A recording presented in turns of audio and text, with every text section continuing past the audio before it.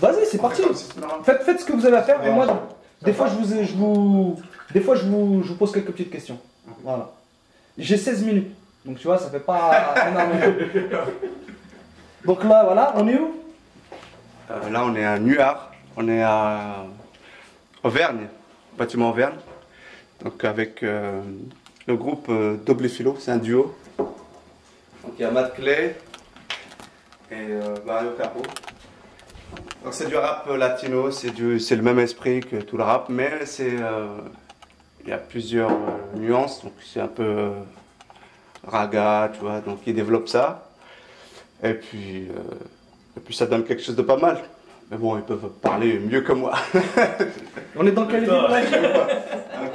On est dans quelle ville justement ici? À Meaux, 77. 100. 77. 77. 77.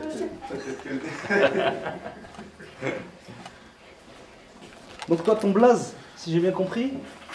C'est Capo, ouais, c'est ça. Capo? Capo, Barrio Capo. Ouais. Tu peux te présenter? Bah, moi je suis de parents chiliens. Moi je suis. C'est ça, moi je suis né ici, je suis né à Rennes. Et voilà, moi je connais Mo parce qu'il y a mes sauces à Mo, sinon je connaissais pas Mo. Et on fait de la musique latino. Malheureusement, ici il n'y a pas beaucoup de gens qui nous comprennent, c'est ça qui est dommage. Parce que on a pas mal de. On dit pas mal de choses, on transcrit pas mal d'émotions. Mais c'est ça qui est dommage, c'est que. C'est en espagnol. C'est en espagnol, ouais, c'est ça. Vous faites beaucoup de scènes justement? On en a fait beaucoup. Ouais, on en a fait beaucoup. On en fait pas mal. Même maintenant, là, il y a quoi, il y a 2 mois. Ouais, c'est ça. On a fait une belle à Bastille. Tranquillement, quoi. On privilégie un peu les morceaux dansants, parce que bon, c'est dans des soirées où les gens ils vont pour danser, soirées reggaeton, latino, tout ça, salsa. Mais là, justement, là, on est en train de finir l'album et on a mis beaucoup de trucs dedans, quoi. Beaucoup de morceaux de reggaeton, raga, dancehall, rap, un peu tous les styles, quoi. Mais ça apporte plus que ce qu'on fait sur scène. Sur scène, on privilégie les morceaux dansants. Mais sur l'album, il y a toutes les émotions de la vie, quoi. De notre vie, en tout cas. Vous me donnez l'impression... Alors, déjà, t'es de Meaux, toi, précisément. Ouais. T'as évolué à Meaux, t'as grandi à Meaux. Ouais, je suis né au Chili, mais je suis arrivé, quand je suis arrivé ici en France, je suis arrivé ici à Meaux, à Beauval. Et j'ai passé une bonne partie de ma vie ici, quoi. J'ai connu un peu la vieille époque, on va dire. La vieille époque. Mais tu sais, j'ai jamais été à l'avant, on va dire, des gens, en fait. J'ai toujours été un peu à l'arrière, tu vois. Couder, Asile, anciennement DJ Powerty, etc. Je le connais depuis plus de 10 ans, quoi. J'ai toujours été, toi, quand j'étais plus jeune, j'étais vachement discret et tout, donc j'étais toujours un peu à l'arrière. Je connais un peu cette période-là et tout. J'étais là, quoi, on va dire. J'étais derrière. Mais je rappais déjà en français ou en espagnol. T'es un des premiers rappeurs de Meaux. Ah non, je peux pas dire que je suis un des premiers rappeurs de Meaux. Non, je veux dire dans la première vague, en tout cas. Ouais, en tout cas, j'ai vu les premiers rappeurs d'ici, ouais, je les ai vus, ouais. Tous les quand Mystique, il avait son groupe qui s'appelait les Unités Techniques ici. Et nous, on faisait partie d'un autre groupe qui s'appelait Extrême Limite. J'étais dans ce groupe-là. Et à Couder, bah, il faisait déjà les sons pour nous. Et nous, on était des gamins. On avait quoi? On avait 15 ans. 15. Ouais. Moi, j'avais déjà 45. Il en avait déjà 45. Justement, toi, t'es un des premiers DJ. Non, moi, je suis pas le premier DJ. Moi, il y en a eu bien avant. Et moi, j'ai découvert le rap avec un frangin à moi. Et on a découvert le rap un peu avant. C'est après le deuxième album de Public Enemy. Et on a découvert ça et puis on est tombé amoureux de l'esprit, tout ça. Voilà, c'était bon. Bon, après, à l'époque, c'était un peu Black Panther, c'était Black Power, tu vois. Mais bon, on n'avait pas le niveau pour comprendre ça. Mais ce qui nous attirait, c'était la musique et tout, c'était machin, c'était pas mal. Et on sortait de l'époque top 50, des trucs, tu sais, musique comme ça. Mais bon, moi c'était pas pareil parce que moi j'ai grandi avec mes frangins et trois grands frères et eux ils m'ont apporté beaucoup parce que la musique ils adoraient ça et tout. Et moi je suis le dernier le dernier frère. Et moi, j'ai grandi là-dedans. Et l'autre, il y en avait qui écoutaient du reggae, l'autre qui écoutait du rock, et l'autre qui écoutait des trucs comme du disco et tout, machin. Après, ça, moi, j'ai grandi là-dedans. Donc, c'est des sonorités que je connaissais. Et après, j'ai découvert le rap. Et bon, à la réflexion, c'est parce que le rap se servait de tout ça. Et pour en donner quelque chose de énergique, tu vois. Donc, c'est ce que j'aimais. Et ce que j'aimais aussi, c'est que tu n'avais pas besoin de venir du conservatoire ou de n'importe quoi. C'était... tu t'as fait un peu et tu arrivais un peu à faire du rap et du rap de qualité. Et puis nous on a kiffé ça et au début bon c'était pas évident parce qu'au début on s'habillait bon, comme tous les débuts tu prends les vêtements, T'avais des cheveux. T'avais des cheveux. T'avais des cheveux. Et t'as envie de montrer, t'as envie de partager ça avec les gens. Et à moi, c'était pas, il y avait pas beaucoup de gens qui faisaient ça. On mettait des starters. Alors maintenant, tu vois, maintenant c'est commun pour les gens parce que c'est, tout le monde met ça, donc ça paraît vraiment, ouais, mais ça paraît. Justement, c'est ça que j'étais en train de me dire. T'étais un des premiers, on va dire entre guillemets, un des premiers rebeux aussi, quelque part, ouais, qui faisait aussi. Ouais, parce que c'était soit une musique de Renoir ou soit une musique de voyous. Bon, on appelait ça les rortis, c'est les rortis, tu vois, c'est les musiques, c'est les mecs qui faisaient que des conneries, tout ça, machin, des clans, mais en fin de compte, c'était pas des voyous, c'est des mecs qui avaient un état d'esprit, tu vois, ils aimaient bien être remarqués, tout ça, mais bon, c'est pas pire que les mecs qui achètent une décapotable et qui mettent la musique à fond, tu vois, parce que ça n'avait pas le même budget, c'est tout. Et nous, on a commencé à mettre ça et tout, et les gens qui n'étaient pas dans cet esprit-là, les gens ils se moquaient de nous, tu vois. Ils se moquaient de nous. Comme nous, on peut, à notre âge, tu vois, se moquer des gothiques, tu vois. Maintenant, on se moque, les gothiques, tu vois. Et nous, c'était pareil. Nous, c'était la même chose parce que on se baladait comme ça, parce qu'on voulait partager ce qu'on aimait. Et en fin de compte, ils se foutaient de notre gueule. Tu vois, les Zoulous, ils nous appelaient les Zoulous. Il y en a plein qui kiffaient pas. Hein. Même les grands. Ils nous appelaient les Zoulous parce que ça vient de la Zulu Nation, tu vois, les Africa Bambaataa, tout ça, c'est des mecs qui ont toujours. Les grands frères, je m'en souviens, moi, même mes cousins maintenant, ils disaient mais c'est quoi ta musique de merde, c'est toujours la même chose. C'est toujours pareil. Moi j'écoutais du reggae ou de la funk, c'était ça qu'ils écoutaient. Le rap, ils aimaient pas. Mais bien sûr, tu vois, c'est pour ça que moi j'ai toujours la réflexion je me transpose souvent sur ça. Parce qu'on le critique toujours, les gamins, on dit ouais, mais c'est pareil. Et nous, c'était exactement ça. Et maintenant, on a tenu tête, tu vois, avec mon pote et tout. On a continué, on a fait un groupe, un duo. Où moi, j'étais DJ, lui, il rappait. Et puis après, ça a été. Après, on a fait la rencontre d'autres personnes qui partageaient ça. Et c'était génial. C'était génial. Parce que pourquoi on aimait ça? Parce que c'était un truc qui nous appartenait. C'était pas commercialisé, c'était pas machin. C'était notre truc à nous. Ouais, c'était à nous. On voyait pas la télé, on voyait nulle part. Nos parents ils disaient mais c'est quoi ces malades? C'est quoi ces voyous? Les grands frères disaient l'impression de faire partie de quelque chose quoi. Ouais, mais un truc à toi. En fait, ouais. Ou un truc à toi. C'est pas comme maintenant où vraiment tu vois. C'est ça démocratisé. Ouais, voilà. Et là. Démocratisé. Ouais, exactement. Et là, excuse-moi de te couper, c'est parce que d'un seul coup j'ai repensé à Kuriaki. Quand Kuriaki. tu parlais, tu disais, t'étais là. Ouais, Kuriaki. Kuriaki, c'est quelqu'un de ma famille, tu vois, il vient de mon village, c'est mon frangin, tu vois, c'est pareil, c'est l'un des premiers, tu vois, qui breakait, tu vois, avant que les gens ils sachent c'est quoi le break. Et lui, il breakait déjà, tu vois, et il breakait bien, tu vois. Ces mecs-là, c'était tu vois, ils ont ramené le mouvement comme Bobby King, comme tous ces gars-là qui ont vraiment porté le mouvement. C'est des gens que... Moi, ce que je reproche en France, c'est qu'on les anciens, à l'instar des autres pays, c'est qu'on les respecte pas. On leur donne pas leur mérite. Un mec comme Lionel D, un mec comme Dynasty, ils sont où maintenant, tu vois?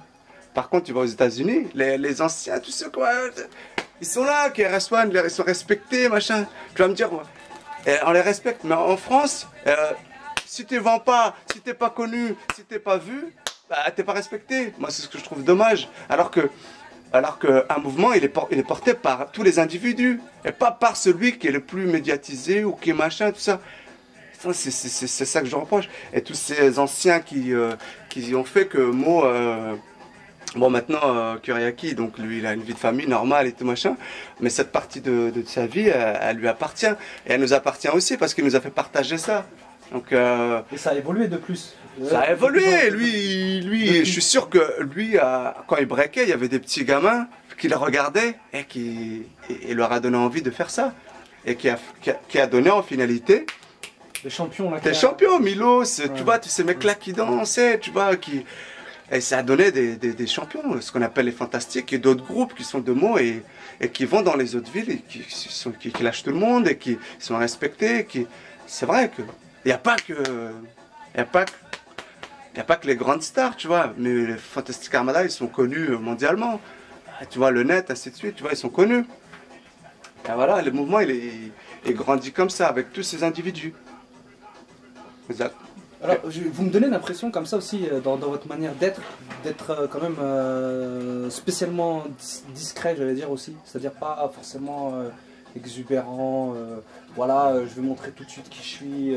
Moi, je parle beaucoup, mais moi, j'apprécie hein, ce comportement-là. Mais d'une certaine manière, comment vous le percevez de votre côté? C'est-à-dire par rapport au fait qu'on entend beaucoup parler aussi d'autres rappeurs de mots, et que vous, plus ou moins aussi, à mots en tout cas, on n'entend pas forcément parler de vous. Comment vous expliquez ça? En fait, parce que nous, dans la vie, on est assez discret, quoi. Donc, on s'exprime que à travers la musique, c'est là où on va s'exploser, tu vois, on va extérioriser tout. Dans la vie de tous les jours, tu vois, on est là comme on est là, hein, on est discret, tu vois. Et puis, moi, c'est pour ça que je dis, tu vois, à l'époque, quand moi j'ai commencé dans le rap, tu sais, je te disais, j'étais discret et tout, j'étais toujours derrière, tu vois, derrière les grands, on va dire, derrière les plus anciens. Donc, tu sais, je me suis jamais mis à l'avant, tu vois, par exemple, par rapport à, comme tu parles de l'histoire du hip-hop ici à Meaux, je me suis jamais mis en avant, tu vois, à part quand j'étais dans les groupes comme Extreme Limit ou des trucs comme ça. Mais même là, tu sais, j'étais, en plus, comme je rappais dans une autre langue, je rappais en espagnol et tout. Donc, en anglais aussi, ouais. Tu vois. Et, les gens, ils disaient, il sort d'où lui, tu vois. Il est bizarre. Donc, je me suis jamais mis en avant par rapport à ça. Donc, au niveau de mots, comme tu dis, jamais je me suis mis en avant. Donc, les mecs, ils connaissent ma tête, tu vois. Ils ont peut-être déjà vu et tout, à cette époque-là, avec les groupes et tout. J'avais des cheveux aussi. mais tu vois, je me suis jamais mis en avant par rapport à ça. Ça te pose un problème au jour d'aujourd'hui ou pas? Non, parce que maintenant j'ai dépassé ça. Parce que maintenant, par exemple, avec la formation qu'on a maintenant, avec Doble Philo, on fait du hip-hop latino. Donc c'est assumé, tu vois. Le fait de rapper en espagnol, de chanter en espagnol et tout, c'est assumé, tu vois. On peut pas nous dire pourquoi tu rappes en espagnol. Je fais du hip-hop latino, je fais du reggaeton, tu vois. Le reggaeton c'est en espagnol, le hip-hop latino c'est en espagnol, donc c'est assumé. Et là on est dans un créneau où on peut s'exprimer librement et on n'a pas à se justifier, tu vois. On n'a pas à se justifier par rapport à pourquoi tu rappes pas en français, ou tu vois. On le fait à notre façon, à notre sauce, et puis là on est bien, on est à l'aise, tu vois. Alors qu'à l'époque, moi je rappais en espagnol ou en anglais aussi, ça m'arrivait et tout. Et les gens ils comprenaient pas, et puis moi je me disais ouais. Je suis dans une drôle de place en fait, parce que je suis un peu je sais pas que je suis à l'écart, mais je suis obligé de me mettre en retrait, je peux pas me mettre en avant, tu vois, parce que je veux pas me dire c'est moi le rappeur de mots, tu vois, il faut que ça, tu vois, je représente Meaux, ou je représente ma cité, ou je pouvais pas faire ça, tu vois, c'était pas, tu vois, déjà c'était pas mon état d'esprit, parce que moi j'ai toujours été dans ma tête avant d'être ailleurs, tu vois, avant j'étais dans mon pays, après je suis arrivé ici. Mais avant tout ça, j'étais toujours été dans ma tête, c'est-à-dire que l'environnement, il était secondaire pour moi. Tu vois, j'étais dans mon univers à moi avant d'être que ça soit ici ou là-bas, tu vois. Alors, il me reste 3 minutes. Vous recherchez de la reconnaissance par rapport à moi, je parle. Non. Nous, ce qu'on met en avant, c'est pas nous directement, c'est notre musique et notre art. C'est tout. Moi, je respecte ceux qui disent 7-7 que je dis, ça machin, mais moi, ce que je mets en avant, c'est ma musique. Et je pense qu'elle est universelle. Elle appartient pas à 7-7 que je dis. C'est super que les gens ils nous suivent. Moi, j'adore tous les artistes de mots, mais je pense qu'ils méritent aussi d'être reconnus dans le sud et ainsi de suite, dans le nord, partout, ou même dans le monde, tu vois. Et nous, à la musique, 7-7 que se dit. On dit pas 7-7 que se dit. Pourquoi? Parce que ça fait toujours l'effet inverse. Au lieu de dire ouais 7-7 que se dit et que tout le monde dise ouais 7-7 que se dit c'est bon, ça fait ouais les gars ils viennent de là-bas et ça nous ressemble pas. Ça nous ressemble pour les autres personnes, tu vois. 9-3, c'est propre aux gars du 9-3, ainsi de suite. Et ça met dans une case que bon, nous on veut pas. Nous c'est notre musique. On veut que les mecs qui au fin fond de l'Afrique du Sud, si ça lui parle, si ça peut lui apporter quelque chose, bah il l'apprend, ça lui appartient. La musique, elle t'appartient. Bah oui, la musique qui parle. La musique, elle t'appartient juste au maximum quand le morceau il est fini. Après, il t'appartient plus. Il appartient à tout le monde. À ceux qui écoutent. Celui qui veut le télécharger, celui qui veut l'acheter, celui qui veut l'écouter, elle lui appartient. Quand tu le mets dans ton MP3, elle est à toi. Donc, tu as le mérite intellectuel de dire, ouais, bon, c'est lui qui l'a fait, c'est Matt qui l'a fait, c'est Capo qui l'a fait, c'est ainsi de suite. Mais sinon, la musique, elle appartient à tout le monde. Donc, dire, ouais, que la musique du 7-7 que se dit, elle est propre qu'au mec du 7-7 que se dit. Mais ça, tu le reconnais parce que malheureusement et heureusement, les rappeurs, quand ils sont dans un coin, ils s'imprègnent et rappent un peu, pas tous pareils, mais on reconnaît, tu vois, des mecs du 9-3, il y a une signature, merci, il y a une signature, donc ça c'est bien, et c'est pas bien si en face de toi, t'as pas des gens qui ont une ouverture d'esprit. Donc à une époque dans la rap, ça voulait pas s'associer avec le hard rock ou le rock.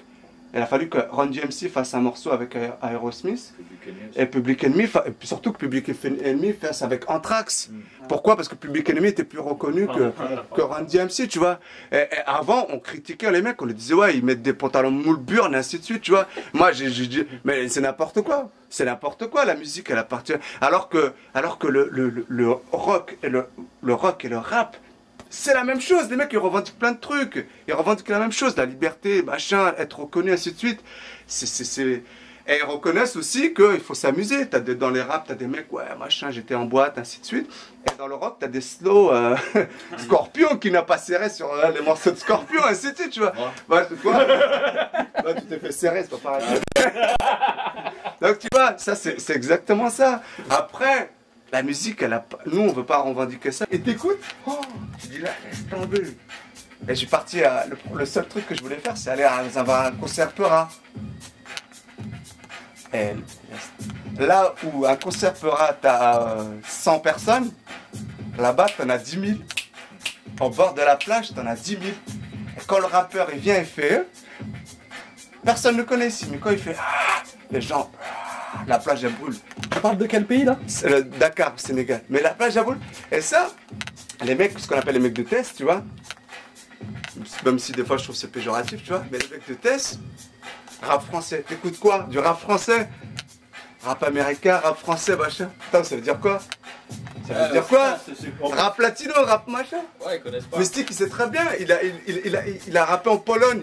Et t'as des tueurs de Polonais, tu vois. Tous ces mecs-là, ils sont partis, nous a fait découvrir le rap polonais, tu vois. Il y a de tout. Le rap, il est partout maintenant. Il appartient pas aux Américains. Il appartient pas à ceux qui l'ont inventé, qui l'ont machin. Il appartient à tout le monde.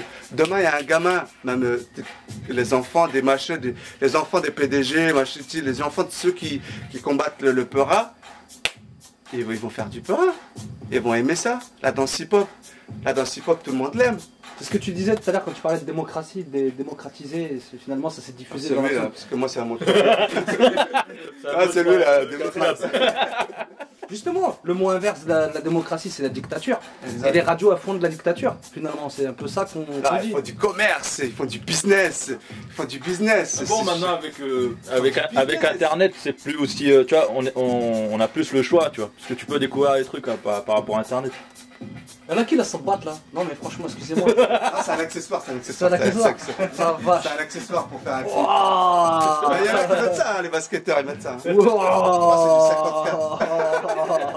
Mais c'est pas un effet de ta caméra. Bon, tu dis combien? 43. 43? 43. Ça fait du combien? Ça va, hein? Donc vous pensez comment ça va se passer dans l'avenir par rapport au rap, j'allais dire français, à mots, d'une certaine manière? Ça va aller très bien, ça va continuer. C'est pas parce que c'est pas médiatisé que c'est pas connu. t'as tous les gens et je sais pas, il y a des, moi j'ai des albums de rappeurs de mots, tu vois, que j'écoute, il y en a que j'aime, il y en a que j'aime pas. Ça, après ça tient qu'à moi, mais ça va très bien. Les artistes en général, ils veulent pas être super riches, super machin et tout. Ils veulent s'exprimer au même titre qu'un artiste peintre va faire son tableau et ainsi de suite, tu vois. S'il le vend, il le vend pas, c'est son problème. Mais lui, tu vois, c'est une émotion qu'il partage. Et les rappeurs, c'est vrai que on les diabolise, on les machins, ouais, c'est des voyous, c'est d'être... Pourquoi? Parce qu'ils parlent comme ça, ils ont une manière et tout. Mais voilà, je veux dire, ils parlent pas aussi violemment que certains films qui passent à la télé ou certains hommes politiques ou ils sont... eux, ils sont nature. La différence, tu les t'aimes ou t'aimes pas, ils sont nature, ils sont comme ça. Ainsi de suite. Et c'est tout. Et des fois, il y en a... Moi, je suis convaincu que le rap, c'est l'une des... C'est le seul art qui, pour l'instant, les mecs, bon, il y en a, proposent quelque chose. C'est vrai que ce que j'aime pas dans le rap, c'est qu'ils sont toujours dans la négation. Nous, on n'aime pas, mais à jamais à un moment, ils disent, ouais, moi j'aime ça. Voilà, comme par exemple ceux qui abordent la politique. Ils disent, ouais, je suis contre lui. Mais pourquoi ils disent pas, je suis pour lui? C'est ça qui me dérange. Tu vois, mais toi, qu'est-ce que tu proposes? C'est pour ça que j'admire un mec comme Oxmo. C'est que quand tu écoutes son truc, et tu l'écoutes bien, parce que moi j'écoute très bien, il y a une réflexion derrière. IAM, il y a une réflexion derrière. NTM, malgré tout, machin, tu vois, il y avait un truc derrière. Il disait quelque chose. Et il voulait provoquer. Il dit, ouais, Paris sous les bombes. Et les mecs, ils cherchaient un truc et voilà. Chacun a sa méthode. Il y en a, c'est plus doux. Il y en a, c'est plus choc. Tu vois, c'est comme le cinéma. Tu vas voir un film normal, on va dire, entre guillemets normal, où l'ambiance, elle est à la réflexion, ainsi de suite. Tu vois, c'est à la fin et tu dis, ouais, il y a une morale. Ou un film d'action, quoi, machin et tout. Mais chacun l'aborde comme il peut et comme il veut. C'est le peurin, c'est comme ça. Donc toi, t'es pas de mots. Non. Donc quand tu vois la ville dans l'état dans lequel elle est, notamment par rapport à la démolition des bâtiments, qu'est-ce que ça te fait? Tu vois des travaux partout, qu'est-ce que ça te renvoie? Je sais pas, qu'ils veulent changer quelque chose, non? C'est ça? Moi, je connais... là, ces derniers mois, là, je suis venu tous les week-ends, mais sinon, je connaissais pas vraiment, en fait. Je connaissais pas... C'est vrai que moi j'ai vu ça à la télé, des immeubles, tout ça, mais moi le ressentiment que j'ai senti, c'est qu'ils veulent ils veulent changer quelque chose en fait. Ça va? Bien? Jamel. Super. La vanne. Hein? Ça va mon frère? Ça va. Bien? Comme un dimanche. Voilà. Les repas ils sont pas là. Et donc tu disais? Ouais, c'est ça que j'ai trouvé qu'ils voulaient changer quelque chose. Après, moi je suis venu ici à Meaux avant qu'il y ait la destruction et après qu'il y ait la destruction. Et moi je vois pas ce qu'ils veulent changer en fait. Donc moi je comprends pas et après peut-être, je sais pas, mais tout ça c'est, je trouve ça malsain en fait. Je trouve ça malsain parce que il y a quelque chose qui leur plaît pas et ils veulent éradiquer ce qui leur plaît pas en fait. Et... Ouais, moi d'après ce que je sais, ça a fait émigrer beaucoup de gens en fait vers d'autres. Rien que moi avant j'habitais à Beauval aussi. Bon, c'est pas la destruction des immeubles qui m'a fait émigrer, mais qui m'a fait déplacer. Mais je sais qu'il y a beaucoup de gens qui ont bougé dans d'autres bleds, dans d'autres. Ouais, comme disait Capo, je sais pas. Ouais, ils veulent. Est-ce que pour eux changer on va dire la vue, ça va beaucoup changer les choses pour eux. En fait, je pense qu'ils privilégient ça, quoi. Changer la vue, changer le décor. Changer le décor, ouais. Toi qui habites ici à Meaux, toi, par rapport à moi, tu sais que j'habite pas ici. L'état d'esprit des gens, il est comment ici par rapport à la destruction en fait? Pour moi, d'après ce que moi je sais, c'est que voilà, il y en a qui vont dire ouais c'est bien et tout parce qu'il y en avait marre des tours et tout. On est content parce que c'était vraiment la merde les tours et tout. On était entassés là-dedans, c'était un peu précaire et tout ce que tu veux. Puis tu vas voir aussi des familles qui vont pleurer quand leur immeuble il va tomber, tu vois, parce qu'il y a des souvenirs, il y a toute une vie, tu vois. Moi, toutes les années que j'ai passées à Beauval, il y a des moments, tu vois, que je sais que j'ai pas revécu après, et puis voilà, ça fait partie de la vie, tu vois. Donc bon, j'ai pas de jugement à porter là-dessus, quoi. C'est juste que voilà, il y a... T'es laissé pour compte, pour toi? j'imagine. Je peux pas être catégorique et dire oui, ceci, cela, parce que voilà, moi, je me suis pas trouvé dans ce cas-là, tu vois. Je l'ai pas ressenti comme ça pour moi, parce que voilà, moi, j'ai eu de la chance, tu vois.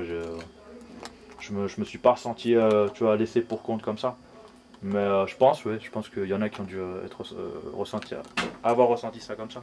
Dédicace, avant que je finisse, il reste 1 minute. Bon, bah, Ceux qui aiment la musique, continuent à faire la musique. Continue à faire de la musique, continue à faire de la musique. Il n'y a pas de, pour tout le monde. il y a pas de frontières, voilà. Il n'y a pas de frontières, la musique n'a pas de frontières. Du rap, de toute façon, c'est de là que ça vient. C'est de là que ça vient du rap. Les rappeurs, ils étaient là il y a 15 ans, ici, et ils sont toujours là. Même si maintenant ils font des trucs très différents, tu vois, nous on fait du rap latino, mais ça vient du même endroit, ça vient de là. Mi mami la ama de mi cama, te amo, te disparo, pago, no paro, me refalo y me pongo muy malo, mi palo, papá palmata, soto niña mala, a 100% niño cariñoso esta mañana, para que te enfoque, que toque la campana, mueve tu potito, ya basta de musaraña.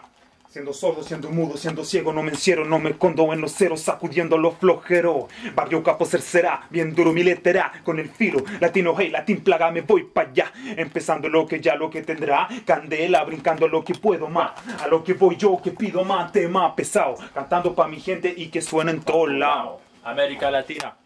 Chao. Ok, au boulot. Vamos. C'est parti. Bon, à plus tard les gars alors. Ok. Ok, à plus tard. Ciao.